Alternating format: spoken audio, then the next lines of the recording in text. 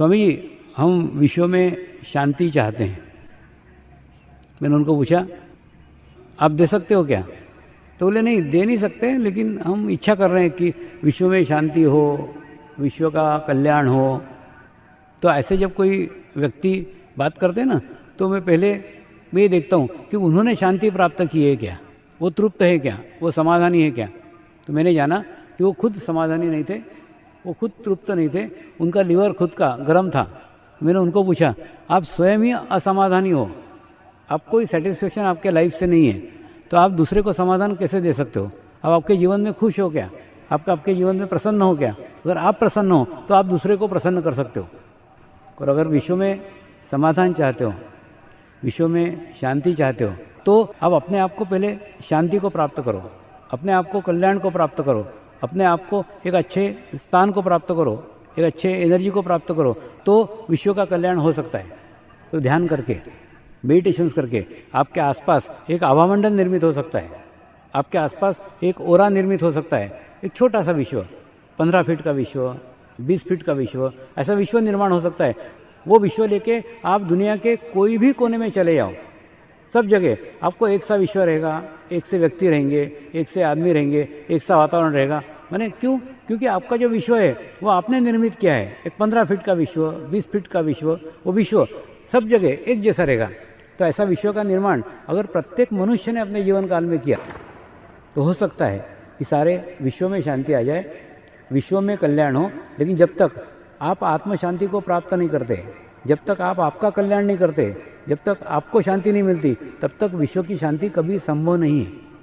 इसलिए विश्व शांति का मार्ग, विश्व शांति का रास्ता आत्म शांति से। सबसे पहले आत्म शांति को प्राप्त करो। आत्म शांति को प्राप्त करोगे तो हो सकता है कि एक दिन विश्व शांति भी संभव हो जाएगी। हमें आजकल आज के वातावरण में, विशेष तौर पे असुरक्षा के वातावरण में, सारे विश्व की समस्या आज असुरक्षा की है। मैं पूरे विश्व का दौरा करके अभी हाल ही गए महीने में वापस आया हूँ। विश्व में एक ही समस्या है, असुरक्षित जीवन। सबसे बड़ी समस्या, सबसे बड़े प्रश्न लोगों के सुरक्षा संबंधित आते हैं। जब उन्हें सुरक्षा के विषय पे पूछा तो उनको मैंने मेरे जीवन का एक उदाहरण बताया कि एक बार रामकृष्ण मिशन के डॉक्टर लोगों का मैं एक बार शिविर ले रहा था। शिविर 8 दिन का संपन्न हुआ। 8 दिन का शिविर संपन्न होने के बाद कुछ डॉक्टर ने मुझे प्रश्न पूछा, स्वामी जी, आप अलग अलग देशों में जाते हो, आप अलग अलग जगह खाना खाते हो, आप अलग अलग जगह का पानी पीते हो, आपको डायरिया नहीं होता क्या? आपको डिसेंट्री नहीं होती क्या? तो मैंने उनको उत्तर दिया, अब डायरिया और डिसेंट्री तो बहुत पास की बात कर रहा हूँ। मैं जिस कार से जाता हूँ उस कार का एक्सीडेंट भी नहीं होता। तो उनको बहुत आश्चर्य हुआ। आश्चर्य से उन्होंने अपने मठाधीश से पूछा कि स्वामी जी, इतने विश्वास के साथ ये बात कैसे कह रहे हैं कि मेरे कार का एक्सीडेंट भी नहीं होता? तो उस मठाधीश ने कहा, जो आदमी ध्यान करता है, जो आदमी मेडिटेशंस करता है, उसके आसपास एक बहुत बड़ा आभामंडल निर्माण हो जाता है। 20 फीट का आभामंडल, 25 फीट का आभामंडल। उस आभामंडल में कभी भी कोई दुर्घटना नहीं हो सकती, कभी भी कोई वायरस नहीं आ सकता। अभी इतने सारे वायरस के, बीमारियों के चर्चे आप सुन रहे हो, और ऐसे तहत कनाडा, जर्मनी, यूके, स्पेन में इतने सारे देशों का दौरा करके आया। कोई वायरस का तकलीफ नहीं, कोई परेशानी का तकलीफ नहीं। इन सब से बचने का एक ही मार्ग है, सबसे सुरक्षा प्राप्त करने का एक ही मार्ग है। वो सुरक्षा आप अपनी निर्माण करो। आपको कोई भी सुरक्षा नहीं दे सकता, कोई बाहरी तत्व आपको सुरक्षा नहीं दे सकते। आपको सुरक्षित रख सकते हो तो केवल आप। केवल बाहरी सुरक्षा की बात नहीं कर रहा हूँ, आपको इससे भीतरी सुरक्षा भी प्राप्त होगी। जैसे गत वर्ष गोवा में एक महाशिविर हुआ, वहाँ पे 8 दिन तक प्रेस वालों ने उसे अटेंड किया। और अटेंड करने के बाद में जब उन्होंने प्रेस कॉन्फ्रेंस ली तो उनके प्रश्न भी बदल गए थे। उन्होंने पूछा स्वामी जी महाराष्ट्र में इतनी सारी आत्महत्याएं हो रही है, इतने सारे लोग मर रहे हैं, तो ये समर्पण ध्यान से आत्महत्याएं रुक सकती हैं क्या? मैंने उत्तर दिया कि आत्महत्या जो व्यक्ति करता है वो सबसे पहले अपने को अपने समाज से तोड़ता है, अपने परिवार से तोड़ता है, अपने घर के मेंबर से तोड़ता है, अपना अस्तित्व अलग कर लेता है और अलग करके अपने अस्तित्व को समाप्त कर लेता है। क्योंकि क्या है, समाप्त करने वाला एक व्यक्ति, अस्तित्व भी एक ही का, एक अकेला व्यक्तित्व करके समाप्त करना बहुत आसान है। कोई भी व्यक्ति सुसाइड कर सकता है, कोई भी व्यक्ति आत्महत्या कर सकता है, क्योंकि जो अपने अस्तित्व को अलग कर लेगा वो अपना अस्तित्व खत्म कर सकता है।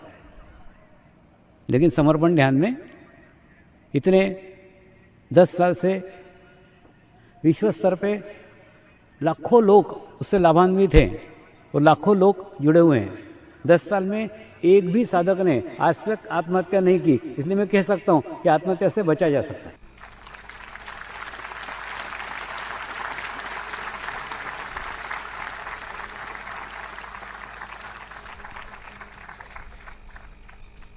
क्यों?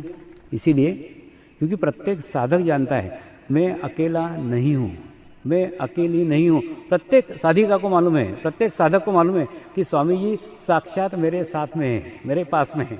तो स्वामी जी अकेले नहीं है, उनके साथ लाखों की सामूहिकता है, लाखों की कलेक्टिविटी है। तो ऐसा एहसास उनको सदैव रहता है। तो कभी अपने आप को कितने भी मुसीबतें आ जाए, कितनी भी तकलीफें आ जाए, कितने भी परेशानी आ जाए, कुछ नहीं, वो 2 मिनट स्मरण करते हैं, उस अनुभूति को ग्रहण करते हैं और ऑटोमेटिकली उनको एक सामूहिकता का प्रोटेक्शन मिलता है। उनको मैं सुरक्षा नहीं दे सका, मैं तो माध्यम हूँ। मैंने बोला ना, सारे माध्यम हैं, लेकिन परमेश्वर की शक्तियाँ उसे सामूहिकता में मिलती है, उसे कलेक्टिविटी मिलती है और वो अपने आप को सुरक्षित महसूस करता है। इसी कारण कोई भी साधक आज तक अपने अस्तित्व को अलग नहीं कर पाया। कभी भी मुझसे उसने अपना अस्तित्व अलग नहीं समझा। जब अलग नहीं समझा तो समाप्त कैसे कर सकता है? और स्वामी जी यानी एक व्यक्ति नहीं है, एक मनुष्य नहीं है, एक शरीर नहीं है। वो शरीर जिसके साथ लाखों लोग जुड़े हुए हैं, अलग अलग जाति के, अलग अलग रंग के, अलग अलग धर्म के, अलग अलग देश के, लाखों लोगों की सामूहिकता है, लाखों लोगों की कलेक्टिविटी है। उस कलेक्टिविटी में, उस सामूहिकता में रहने का आनंद आपको भी प्राप्त हो सकता है। आपको क्या लग रहा है ये राजपीपला में, ये मैदान में जो लोग बैठे हैं, इतने ही लोग हैं? नहीं, आज आपको लाखों लोगों की सामूहिकता मिल रही है, लाखों लोगों की कलेक्टिविटी मिल रही है, लाखों लोगों का सकारात्मक चित्त आज राजपीपला की ओर है।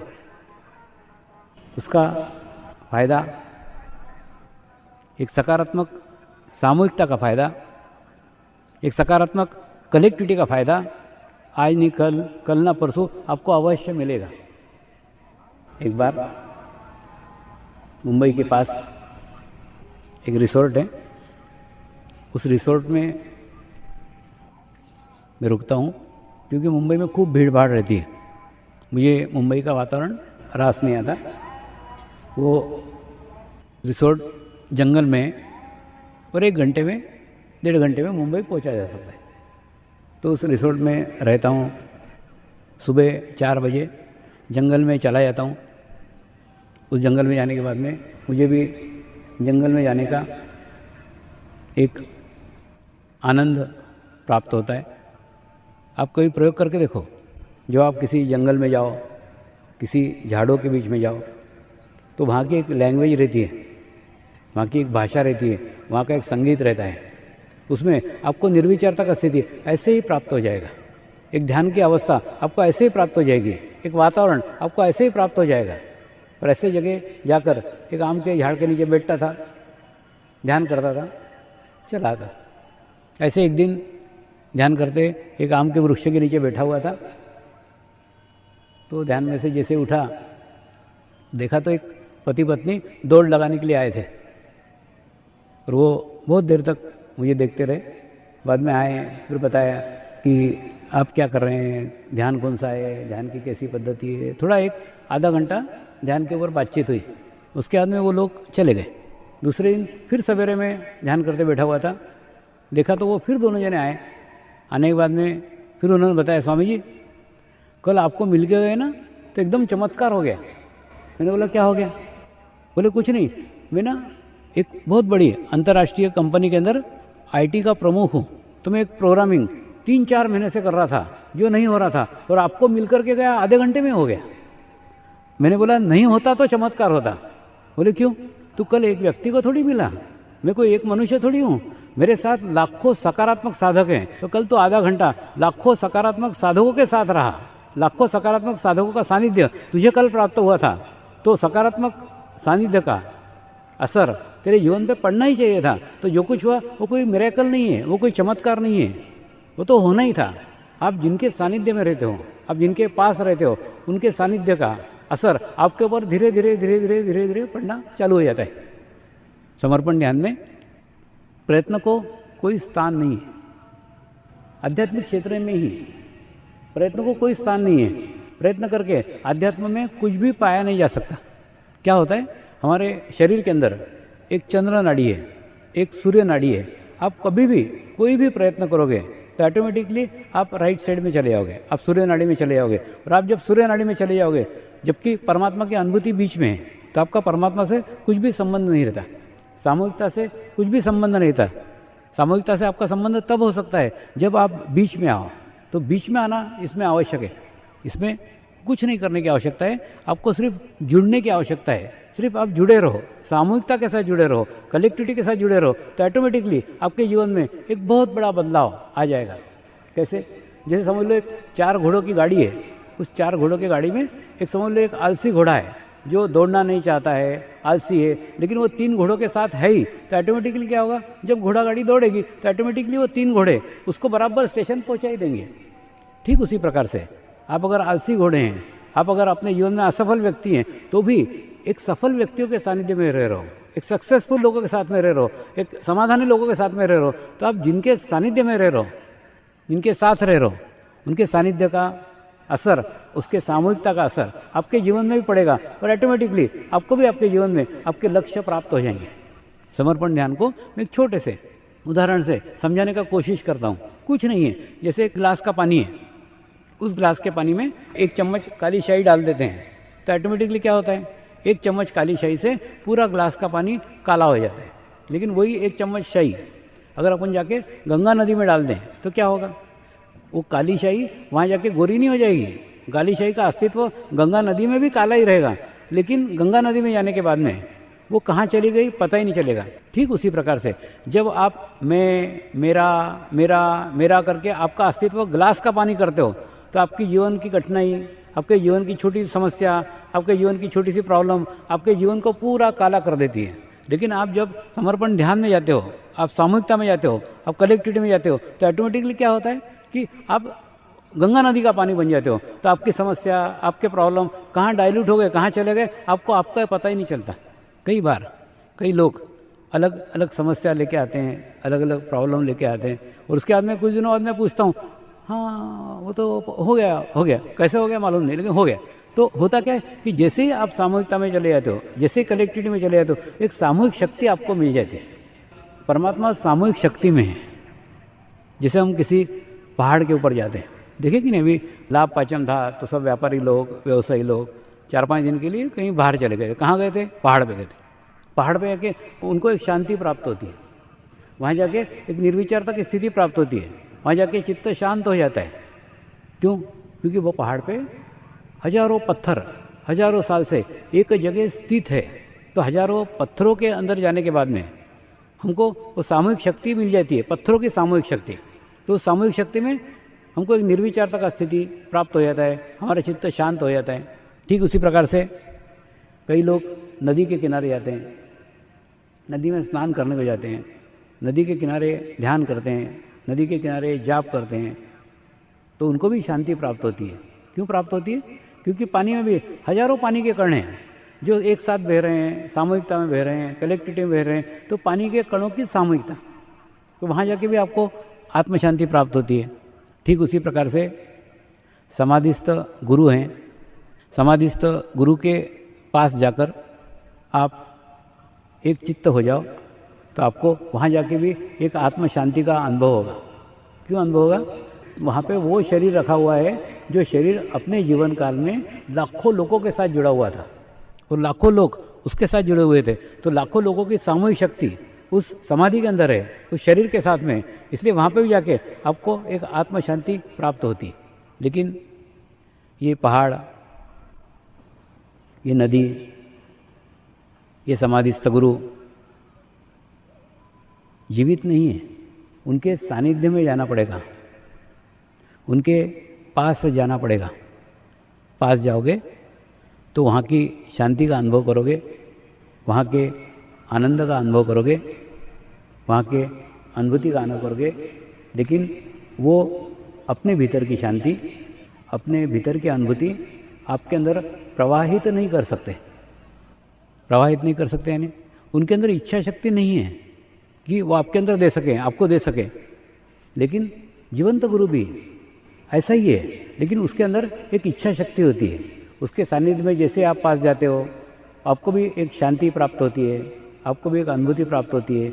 और वो इच्छा करता है कि जो मेरे अंदर है, मेरे पास है, वो प्रत्येक को मिलना चाहिए। एक जीवंत इच्छा शक्ति उसके पास सदैव रहती है। और उसी भाव के कारण जीवंत गुरु के माध्यम से हम अनुभूति को प्राप्त करते हैं। जब मैं विदेशों में जाता हूँ तो कई बार विदेशी पत्रकार मुझे पूछते हैं कि स्वामी जी आप क्या जागृति कराते हो? मैं उनको बोलता आत्म साक्षात्कार परमात्मा का कार्य है, वो परमात्मा ही कर सकता है, कोई व्यक्ति नहीं कर सकता, मैं भी नहीं करता। तो बोले फिर कैसे होती है? तो उनको समझाने का मैंने प्रयास किया कि जैसे एक दीपक है जो अपनी जगह जल रहा है, अपने स्थान पे जल रहा है, अपनी जगह जल रहा है, और एक बुझी हुई मोमबत्ती है, वो मोमबत्ती जलने की इच्छा से धीरे धीरे धीरे धीरे धीरे धीरे धीरे धीरे पास आती है और उसके बाद में उस जलते हुए दीपक के लो से स्पर्श करती है। और जैसे स्पर्श करती है तो क्या होता है, ऑटोमेटिकली बुझी हुई मोमबत्ती जल जाती है। तो ये जलती हुई मोमबत्ती उस बुझी हुई मोमबत्ती को जलाती है क्या? नहीं, सिर्फ जलती हुई मोमबत्ती के सानिध्य में बुझी हुई मोमबत्ती जल उठती है। ठीक उसी प्रकार से आपके जीवन में कभी किसी जीवंत गुरु का सानिध्य प्राप्त हो, उस सानिध्य में अगर आप इच्छा करें कि आपको आत्म साक्षात्कार मिलना चाहिए, आपको अनुभूति मिलना चाहिए, तो प्राप्त हो सकती है। लेकिन उसके लिए आपको इच्छा करने की आवश्यकता है। अब प्रश्न ये आता है, अपने जैसा 2 पैर का, 2 हाथ का एक सामान्य दिखने वाला मनुष्य वो कैसे दे सकता है और हम क्यों नहीं ले सकते हैं? हमें क्यों नहीं प्राप्त हो सकती है और उसके सानिध्य में क्यों प्राप्त हो सकती है? वास्तव में वो देता नहीं है, पर उसके सानिध्य में प्राप्त होती है, वो भी देता नहीं है। उसको मैं थोड़े अलग तरीके से बताने की कोशिश करता हूँ। जैसे एक पानी की टंकी है और पानी की टंकी को पाइप लगा हुआ है, और पाइप को आप अगर मुंह लगाओगे, पाइप में से करके खींचोगे तो उस पाइप में से पानी आएगा। लेकिन आप चाहोगे कि वो पाइप आपको पानी प्रदान करे, तो वो पाइप के खूब गुणगान गाओ, उस पाइप की खूब पूजा करो, उस पाइप को खूब पेढ़े चढ़ाओ, उस पाइप को खूब हल्दी कुंकू चढ़ाओ। वो पाइप निर्जीव है, वो पाइप आपको कुछ भी नहीं दे सकता जब तक पाइप को आप माध्यम नहीं मानते। उसके माध्यम से जब तक आप आपकी इच्छा व्यक्त नहीं करते, तब तक कुछ नहीं प्राप्त हो सकता। तो जिस प्रकार से पानी पाइप में नहीं है, सिर्फ पाइप पानी से जुड़ा हुआ है और आप उससे जुड़े हो सकते हो। बस ऐसी की ऐसी स्थिति गुरु की है। गुरु माध्यम है, वो जुड़ा हुआ है, लेकिन वो देता नहीं।